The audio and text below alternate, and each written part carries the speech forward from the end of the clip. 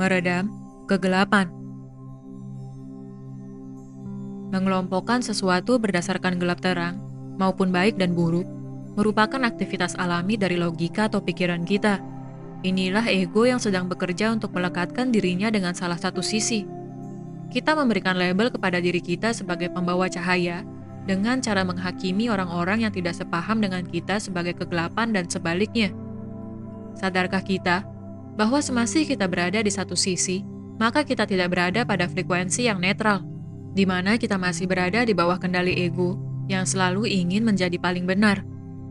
Walaupun kita sering berkhotbah, membuat konten, maupun menerbitkan banyak buku yang memberikan narasi mengenai kebangkitan spiritual atau jalan terang, namun semasih kita belum mampu merangkul kegelapan sebagai bagian dari diri kita, maka hal tersebut hanya akan menjerumuskan orang lain.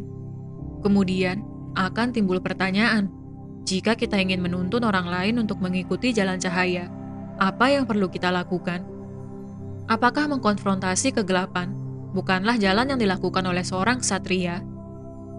Cerita pewayangan seperti Ramayana atau Mahabharata merupakan kisah yang menggambarkan bagaimana Dharma menang melawan Adharma, di mana terdapat tokoh protagonis dan antagonis yang berseteru, dan pada akhirnya tokoh jahat akan kalah di tangan yang baik.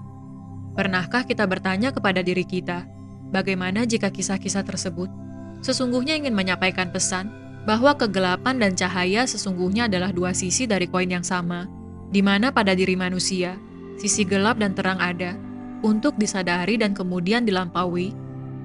Untuk bisa mengamati bagaimana kontras ada di dalam diri kita, hanya dapat kita alami ketika berada di alam fisik atau materi, di mana kita bertemu dan menyaksikan bagaimana label terang dan gelap dimainkan oleh berbagai individu atau pemain. Kita pun salah satunya, di mana kita menentukan posisi kita di lingkungan sosial sesuai dengan peran yang kita mainkan.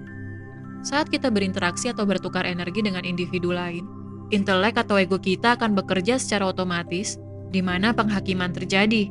Kita menilai orang lain berdasarkan kebiasaan, ucapan, perilaku, maupun keputusan hidup yang diambil. Bagaimana jika penghakiman yang kita lakukan dapat kita naikkan ke frekuensi netral, sehingga kita tidak lagi menghakimi, namun melihat orang lain apa adanya, sesuai dengan peran yang dijalankan. Dengan demikian, kita akan menjadi pengamat yang bisa memproteksi energi diri kita sendiri, sehingga sepekat apapun energi kegelapan yang ditampilkan oleh orang lain, hal tersebut dapat kita redam tanpa perlu memicu adanya pertukaran energi, karena kita sudah berhasil menaklukkan energi kegelapan dalam diri sendiri.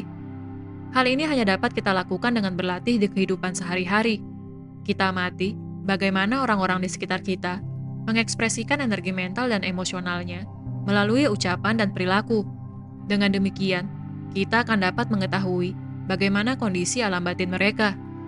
Ketika kita memahami apa yang terjadi di alam batin mereka, maka kegelapan yang sedang dialami oleh orang lain tidak akan berpengaruh kepada diri kita.